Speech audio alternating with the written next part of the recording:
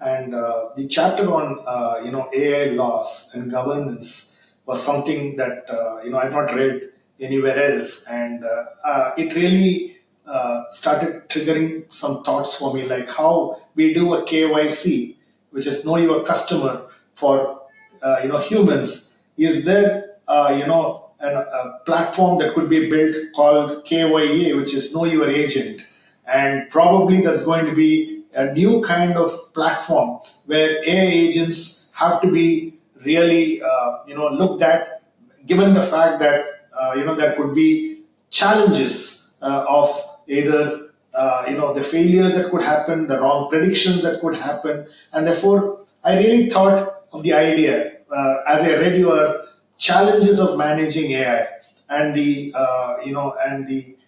real issues that may come up.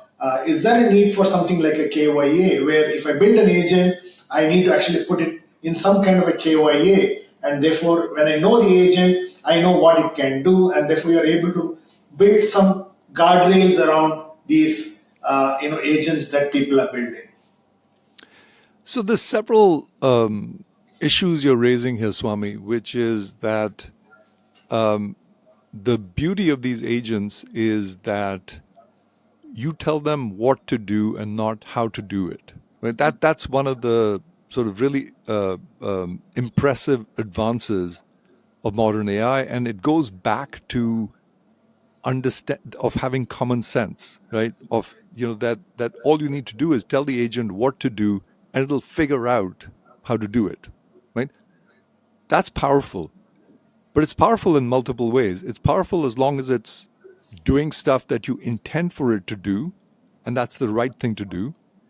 It becomes dystopian when it creates sub goals to do what you asked it to do that you're not envisioned, and it goes off the rails and starts killing people or something like that. I'm just I'm dramatizing, but the point, the larger point is that agents can do things that you hadn't envisioned, and that's true of AI in general. And so one of the questions I ask, that are raised in the book is, as these systems, as AI systems get more sophisticated, right? And, at the moment, there's a lot of excitement around agentic AI.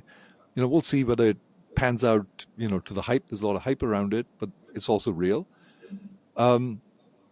As they become more, capable, that we give them more agency, right? We tell them, well, you can act on my behalf. You can even start negotiating a contract on my behalf, right? Because you're so good at it, right? You're better at negotiation than I am. So do it for me, right?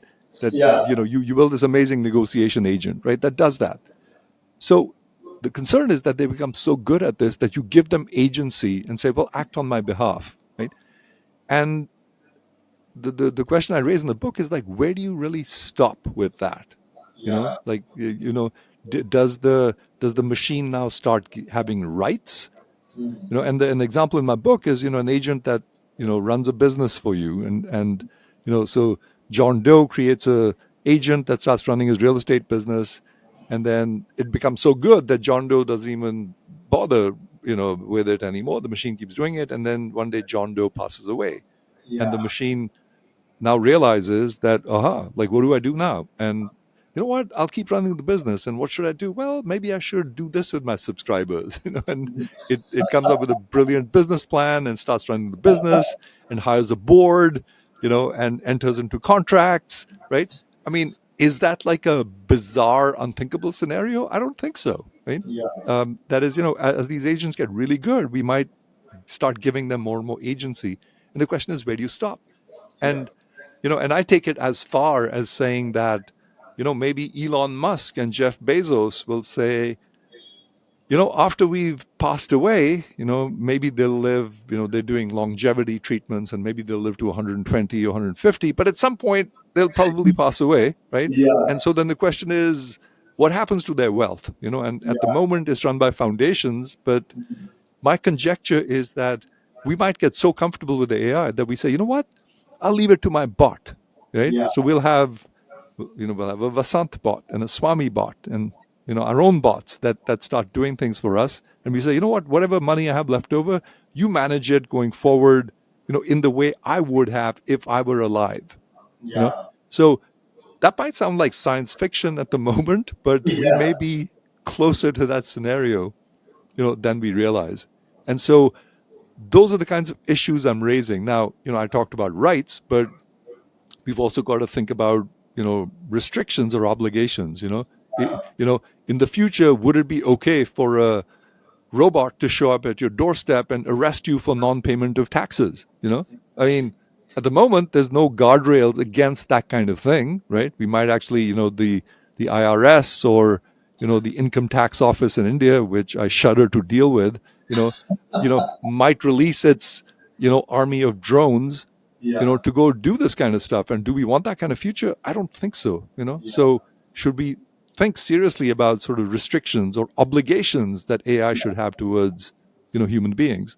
And at the moment, we haven't even started thinking about these questions. And given the pace at which the technology is moving and the rate at which we're adopting it, I think it's time to really, not just time, I think it's urgent that we ask these questions about the restrictions on machines, the obligations that AI should have towards humans, and the rights we want to give it going forward.